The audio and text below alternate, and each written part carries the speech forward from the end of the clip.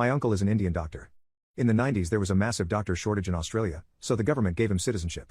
Unfortunately, you still had to sit 3 expensive exams to work as a doctor in Australia. These exams cost thousands of dollars, only happened twice a year, had limited sitting spots/times and had arbitrary pass marks. So many Indian doctors ended up becoming taxi drivers, small businessmen, etc. My uncle decided instead he would reapply and go through Australian medical school. Sure enough, being a doctor for 10 plus years makes medical school easy, and my uncle was top of his class. He decided since he was already pushing 40 plus and had a family, he would apply to become a general practitioner instead of applying to be a surgeon like most of his teachers had suggested. At the time many desperate foreign doctors were applying for general physician residency. They would essentially get treated like crap. They would be forced to work unpaid overtime.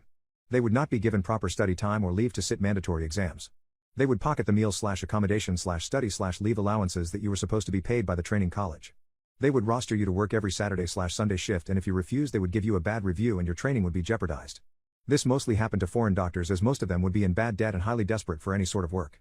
When my uncle graduated, he applied for general practitioner training in a practice that is located within an Indian ethnic enclave so that he would have access to religious food/schools etc. for the kids. Sure enough, this practice engaged in all of the above. F. Curry. My uncle would work every single Saturday shift. During his dedicated study time he would have to come into work.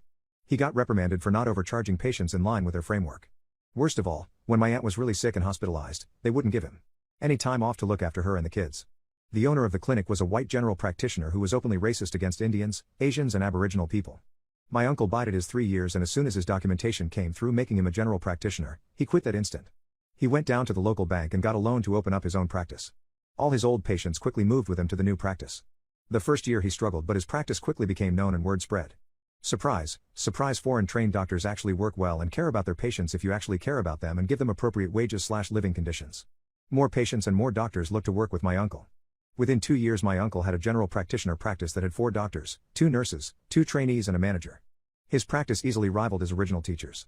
He then started 2 more general practitioner practices with the money he was pulling in. These practices trapped his old teacher's clinic in a 2 kilometers triangle.